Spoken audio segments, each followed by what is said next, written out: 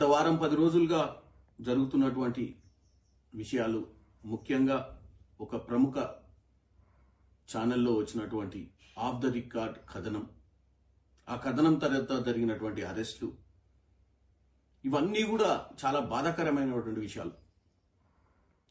ఎందుకంటే నేను ఒక అధికార ప్రతినిధిగా, మీడియాతో సంబంధాలు ఉన్నటువంటి వ్యక్తిగా నాకు అందరూ దగ్గర వాళ్ళే.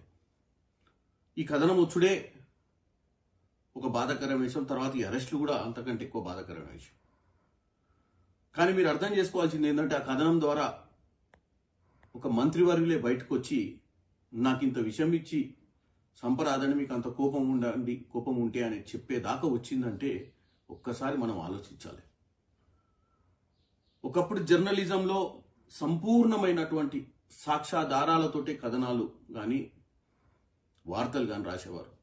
ఇప్పుడు ఊహించి ఇలా జరుగుతుందేమో, ఇలా జరిగి ఉండవచ్చేమో అన్న విధంగా మనం కథనాలు రాయడంతో ఒక మంత్రిగా ఉన్నటువంటి వారే ఇట్లా వచ్చి వాళ్ళు బాధపడుతున్నారంటే, మరి ఒక ఉన్నత చదువుకొని ఆ స్థానంలో ఉన్నటువంటి అధికారిని, మరి ఆమె కుటుంబంలో కానీ ఆమె సమాజంలో ఆమె పనిచేసే వ్యవస్థలో కూడా ఆమె ఎటువంటి పరిస్థితులకు ఎదురవ్వాల్సి వస్తుందో మీరు ఆలోచించండి.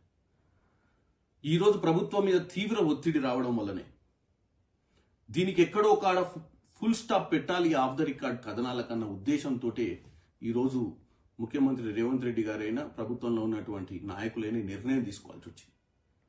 దీనివల్ల కొంతమంది ఇబ్బంది పడవచ్చు, కానీ ఎక్కడో కాడ ఇది ఆపాల్సిన అవసరం ఉంది. ఎందుకంటే సమాజంలో మీడియా చాలా ఇంపార్టెంట్. మీడియా ప్రజల్ని చైతన్యవంతులు చేయాలి. నాయకుల మీద కథనాలు తప్పంటలేను.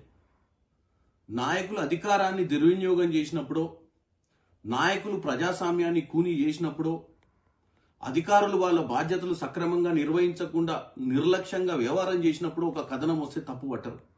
దానివల్ల ఏంటంటే అందరూ, మిగతా అధికారులు కానీ మిగతా రాజకీయ నాయకులు కానీ తప్పులు చేయకుండా ఉంటారు. ఈ కథనాలు రావడం ప్రజలు స్పందిస్తారు కాబట్టి. కానీ ఈరోజు రాజకీయాలకు అతీతంగా, ఇది కాంగ్రెస్ పార్టీ కానీ, బీఆర్ఎస్ కానీ, బీజేపీ కానీ, ఇంకే పార్టీ కానీ, ఎవరిని కూడా వ్యక్తిగతంగా విమర్శిస్తే వాస్తవాలు లేకుండా అందరికీ ఇబ్బంది, వారి కుటుంబ సభ్యులకు, వారు నివసిస్తున్నటువంటి, వారు ఉంటున్నటువంటి వ్యవస్థలకు కానీ.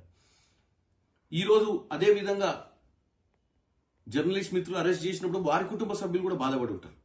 సో ఇవన్నిటికీ మనం ఫుల్ స్టాప్ పెట్టాల్సిన అవసరం ఉంది. రానున్న రోజులలో వీలైనంత వరకు వాస్తవాలే తెలియజేయండి ప్రజలకు. వీలైనంత వరకు ఈ ఆఫ్ ద రికార్డ్ కథనాలు, ఊహించి రాసే అటువంటి కథనాలు, ఎందుకంటే ఎస్పెషల్లీ యూట్యూబ్ ఛానళ్ళు, కొన్ని ఎక్స్లో వచ్చినటువంటి కొంతమంది రాజకీయంగా లబ్ధి కొరకు చేస్తున్నటువంటి ఒకెత్తు చూడొచ్చు. కానీ ప్రజలు నమ్మే అటువంటి ఛానల్ కానీ, ప్రజలు నమ్మే అటువంటి వార్తాపత్రికలు కానీ ఇటువంటి కథనాలు రాకూడదని కోరుకుంటున్నారు, రాయకూడదని కూడా